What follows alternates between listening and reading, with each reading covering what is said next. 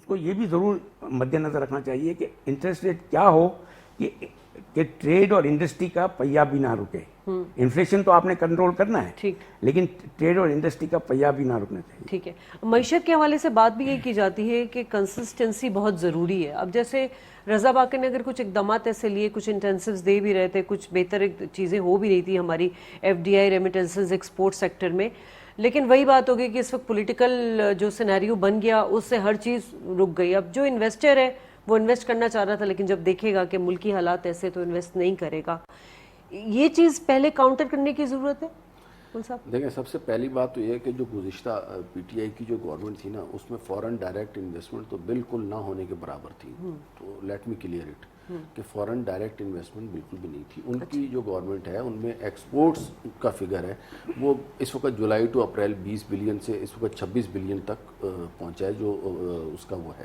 لیکن ساتھ ہی ساتھ امپورٹ جو ہے وہ 40 سے 60-62 کو ٹچ کر رہی ہیں. تو ایز اے ریزلٹ ہوا یہ کہ پچھلے سال ہمارا ٹریڈ ڈیفیسٹ جو 23 بلین کے قریب تھا, وہ اس سال ابھی تک جو ہے وہ 40 بلین کے قریب ڈالر کے قریب ہو چکا ہے. تو ایک طرف ایکسپورٹس تو بڑی ہیں, لیکن اس ایکسپورٹ کے مقابلے میں جو ہماری امپورٹس ہیں وہ اس سے بہت زیادہ دگنی مقدار میں بڑھی ہیں. تو ریزلٹ اس کا آپ کے سامنے ہے کہ ہمیں 40 بلین کا ٹریڈ ڈیفیسٹ اور ہمارا کرنٹ اکاؤنٹ ڈیفیسٹ جو ہے وہ منیمم 15 سے 16 بلین پہ جائے گا.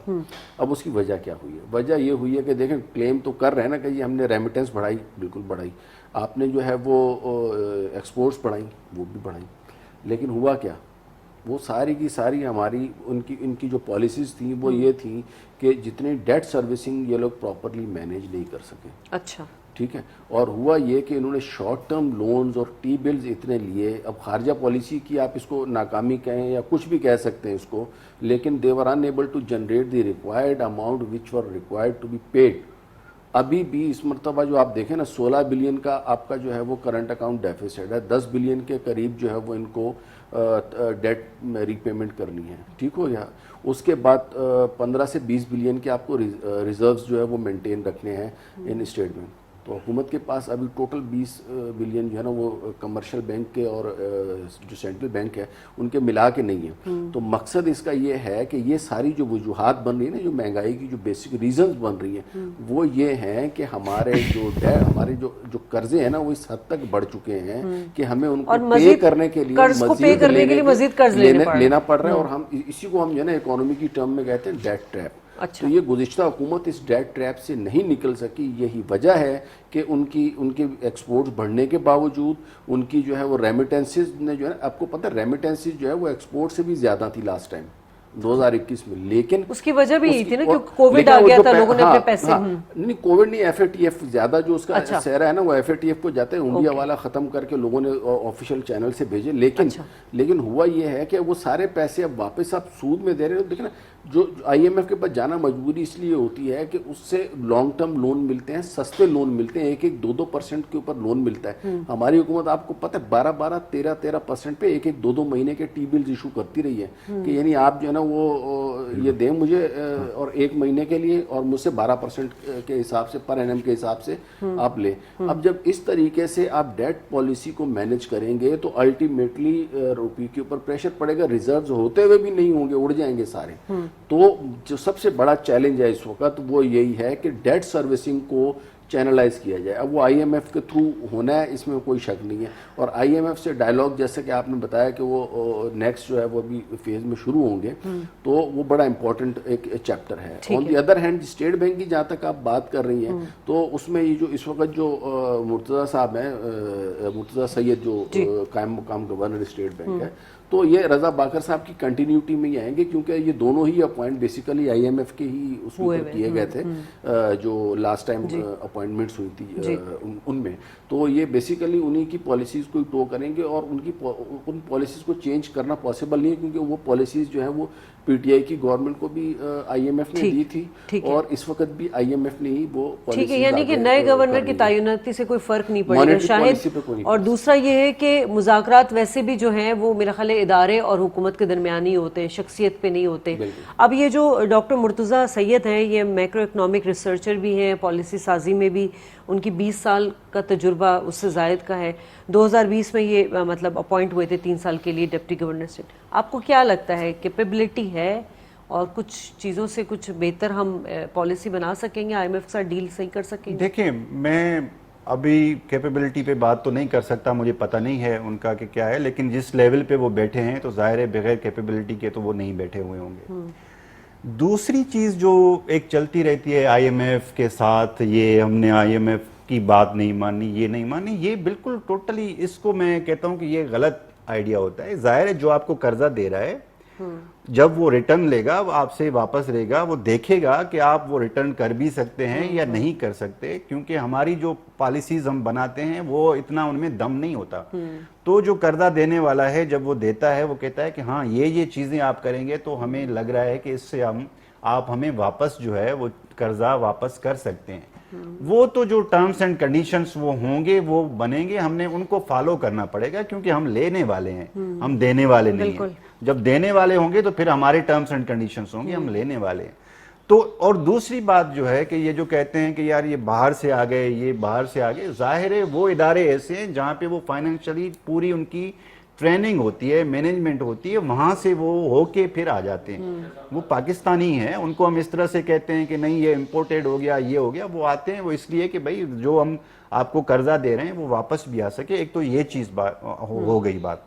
اور دوسری بات یہ ہے کہ ہمارے جو ہیں قرضہ جات بڑھتے جا رہے ہیں. جب تک وہ جو میں نے آپ کو کہا کہ بیسک چیزیں ہم امپروو نہیں کریں گے, جب تک وہ ہم اپنی انکم نہیں بڑھائیں گے, ہم جتنے بھی قرضے جات لیتے جائیں, اپنے اسٹیٹ بینک میں ریزروز 20 سے 40 بلین ڈالر دکھا دیں, سارا قرضہ دکھا دیں, اس سے کوئی فرق نہیں پڑتا آپ کے اپنے ریئل پاکٹ میں کتنے ہیں. تو وہ ہونے چاہیے, ان چیزوں پہ زیادہ فوکس دینا چاہیے. یہ وقتی طور پہ ہونا چاہیے, پھر اس پروگرام سے نکلنے کی بھی کوشش کی جائے کہ ہم کیسے اس سے نکل سکتے ہیں قرضہ جات دے کے, اور لانگ ٹرم پالیسی بنانی چاہیے. لانگ ٹرم پالیسی کے اندر جتنی آنے والی گورنمنٹس ہیں وہ بھی اس کو فالو کریں. مسئلہ یہ ہوتا ہے کہ ہمارے پاس جو ہے وہ کنٹینیوٹی پالیسیز کی نہیں رہتی. اس کی میں نے وجہ, اس کی 2-3 وجوہات بھی نا. اس کی ایک وجہ, ان میں سے ایک بیسک وجہ یہ کہ آپ کے پاس کوئی پولیٹیکل اکانومسٹ نہیں ہوتا. آپ کے اکانومسٹ ایسے ہیں جو مطلب جن کو ہم ڈسکشن میں تو بلا سکتے ہیں, لیکن پالیسی سازی میں اور اقدامات میں ان کا کردار ہمیں نظر نہیں آتا. وہ نہیں ہے آپ کے پاس. آپ دیکھیں کہ آپ کے پاس ملک کے اندر کوئی فائنانس کا منسٹر نہیں ہوتا. ساری گورنمنٹ اسی کو گھما پھرا کے وہی لوگ ہیں جن کو گھما پھرا کے لے آتے ہیں پھر جو ہے. تو آپ اس کا مطلب ہے کہ ہمارے پاس لوگوں کی, اسکلڈ لوگوں کی کمی ہے. اور پھر ظاہر ہے ان اداروں سے ہم ورلڈ بینک سے لے آتے ہیں, IMF سے لے آتے ہیں, کیونکہ وہاں پہ ان کی ٹریننگ تو وہی ہوتی ہے.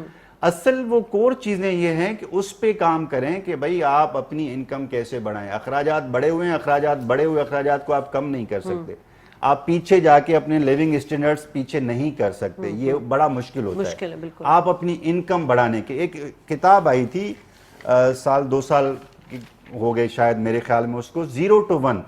آپ جو ہماری گروتھ ہے نا, ہم یہ ہاریزونٹل لیول پہ دیکھتے ہیں کہ بھئی 4% ہماری GDP کی گروتھ ہوگی, یہ ہوگا یہ, لیکن جو آپ کی انفلیشن اور دوسری چیزیں جو ہیں وہ آپ کی ورٹیکل جا رہی ہیں.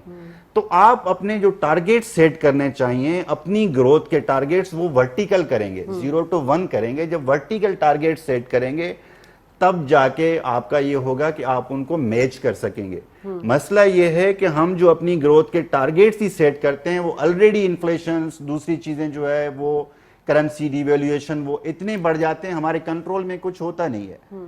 ہماری یہ چیزیں ہمارے اپنے کنٹرول میں ہونی چاہیے. جب آپ کے نہیں ہوتی تو پھر باہر سے کوئی آئے گا, وہ آپ کو سکھائے گا کہ بھئی آپ نے یہ 2+2 4 کرنا ہے. صحیح. اچھا حنیف صاحب, اب اگر ہم بات کر لیں یہ جو اسٹیٹ بینک کی خود مختاری کا جو قانون ہے جس کے بارے میں کہا جا رہا ہے کہ اس کو واپس لیا جائے گا, تو آپ کو کیا لگتا ہے کہ ہم نے 90 میں جو ترمیم ہوئی تھی اس کے تحت جو اسٹیٹ بینک نے خود مختاری حاصل کی تھی, اور مگر آج جو امینڈمنٹ کی گئی ہے اس میں کیا ڈفرینس نظر آ رہا ہے آپ کو؟ مجھے تو کوئی زیادہ اس کے بارے میں تو نہیں, کوئی ٹیکنیکل آدمی تو نہیں ہوں, میں تو ایک بزنس مین ہوں.